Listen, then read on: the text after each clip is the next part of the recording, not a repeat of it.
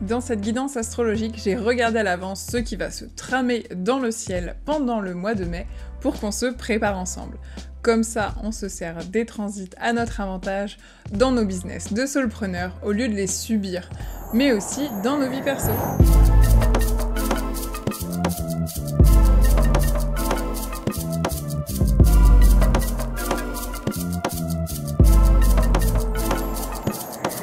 Une nouvelle lune pour de nouveaux départs, mais bien ancrée cette fois-ci grâce à l'énergie taureau. Le passage du soleil en gémeaux, promesse de bavardage en terrasse et de soirée à rallonge. Dès le début du mois, nous sommes confrontés à l'énergie ultra dynamique de Mars en bélier. Cet alignement puissant amplifie la motivation.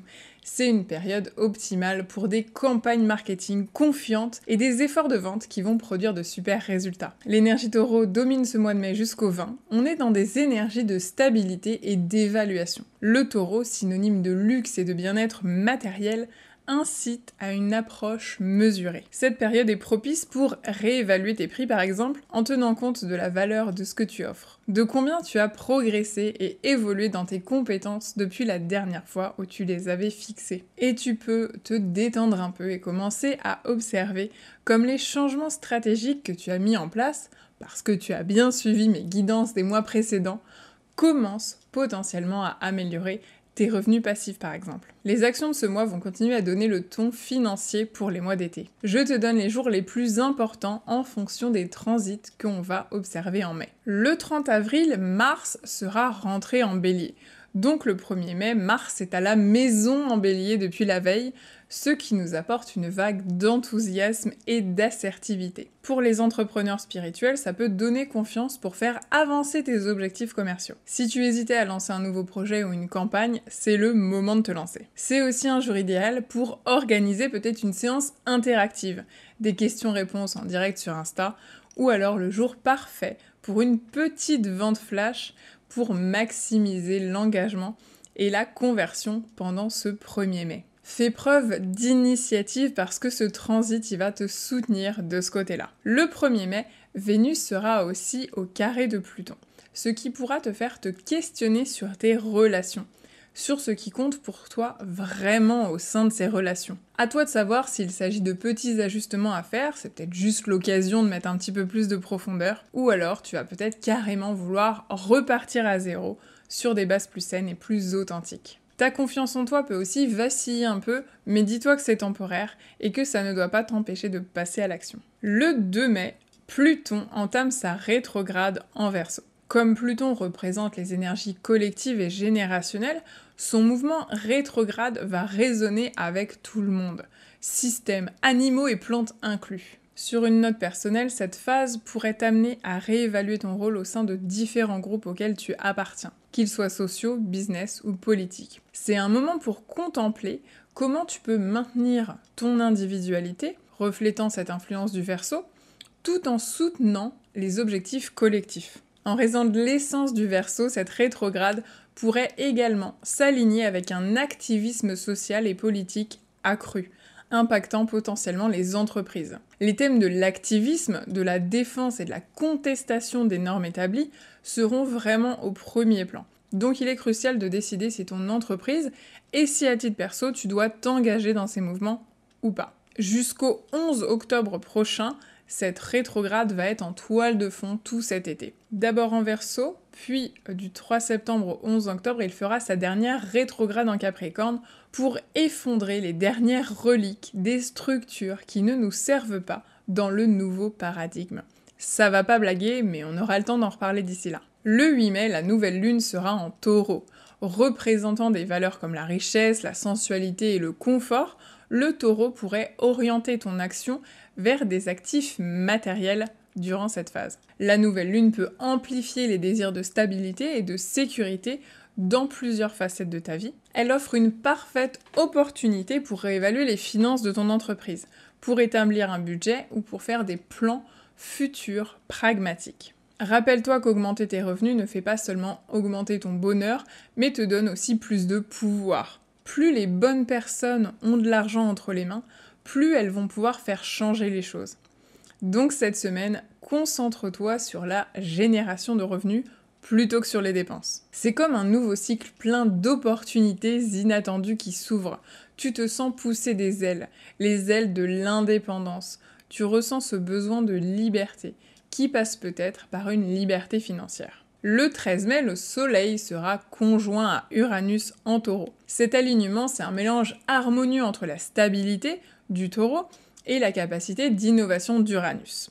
Alors que le Taureau encourage la prise de décision ancrée, Uranus repousse les limites de la pensée conventionnelle. En tant qu'entrepreneur de l'âme, tu pourras découvrir des niches inexplorées ou alors des stratégies créatives bénéfiques pour ton business.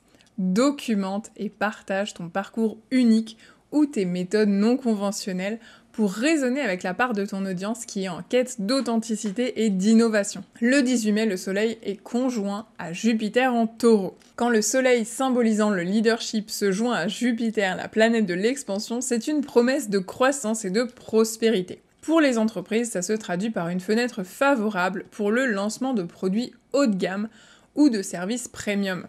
Tu peux en profiter pour faire le point sur tes offres. Est-ce qu'il ne serait pas grand temps de lancer un service un peu plus premium, un mastermind ou alors des journées VIP pour tes clientes? C'est une période où les clients sont plus susceptibles d'investir dans la qualité. C'est le moment de mettre l'accent sur le fait de laisser une trace, d'insister sur la qualité de tes services et la valeur d'un engagement à long terme par exemple. Ce jour-là, Vénus est conjointe à Uranus. Tu es peut-être plus ouverte à te laisser surprendre du côté de tes relations. Ça peut être un coup de foudre amoureux ou amical par exemple. Le 23 mai, la pleine lune sera en Sagittaire. La pleine lune en Sagittaire, elle va te demander d'élargir tes perspectives et peut-être t'attirer vers de nouveaux lieux, de nouvelles cultures et des réflexions philosophiques. Tu pourrais te retrouver à réfléchir au sens de la vie ou au sens de l'entrepreneuriat. Le Sagittaire, c'est la liberté et l'exploration. La pleine lune pourrait allumer un désir d'expérience en dehors de la monotonie de ton travail quotidien. C'est un merveilleux moment pour voyager, pour faire des activités en plein air ou pour te lancer dans de nouvelles aventures. Ça peut être confrontant si tu n'as pas mis en place ce qu'il faut pour y parvenir.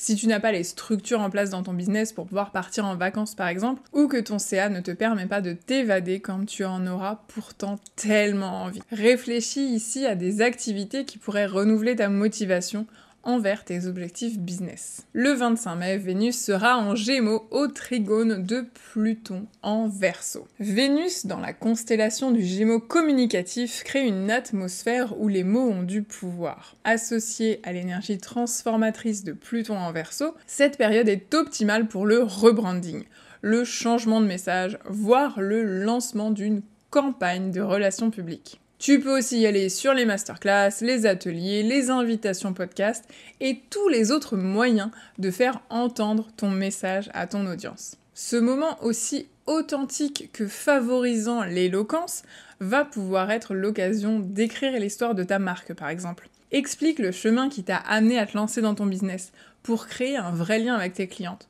Fais résonner profondément ton pourquoi, ça favorise la loyauté et la confiance. Le 30 mai, Mercure sera conjoint à Uranus en Taureau.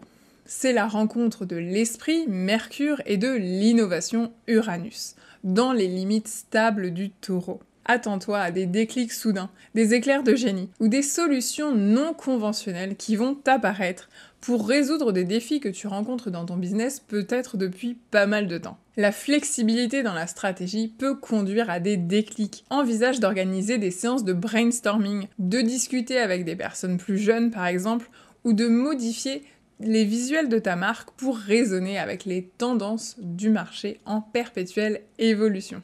Côté Human Design, le Soleil va tour à tour activer la porte 2 du réceptif et de l'orientation, la porte 23 de l'assimilation et de la simplicité, la porte 8 de la contribution et du style, la porte 20 du moment présent, et la porte 16 des talents et de la versatilité. Si tu veux en savoir plus sur ces transits Human Design, j'ai créé un calendrier pour 2024 avec toutes les activations solaires des portes en Human Design.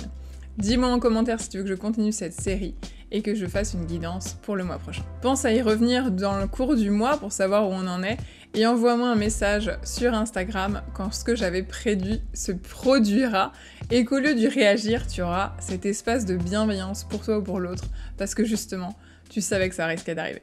Like et abonne-toi si ce genre de contenu te plaît, et je te dis à très vite dans une prochaine vidéo.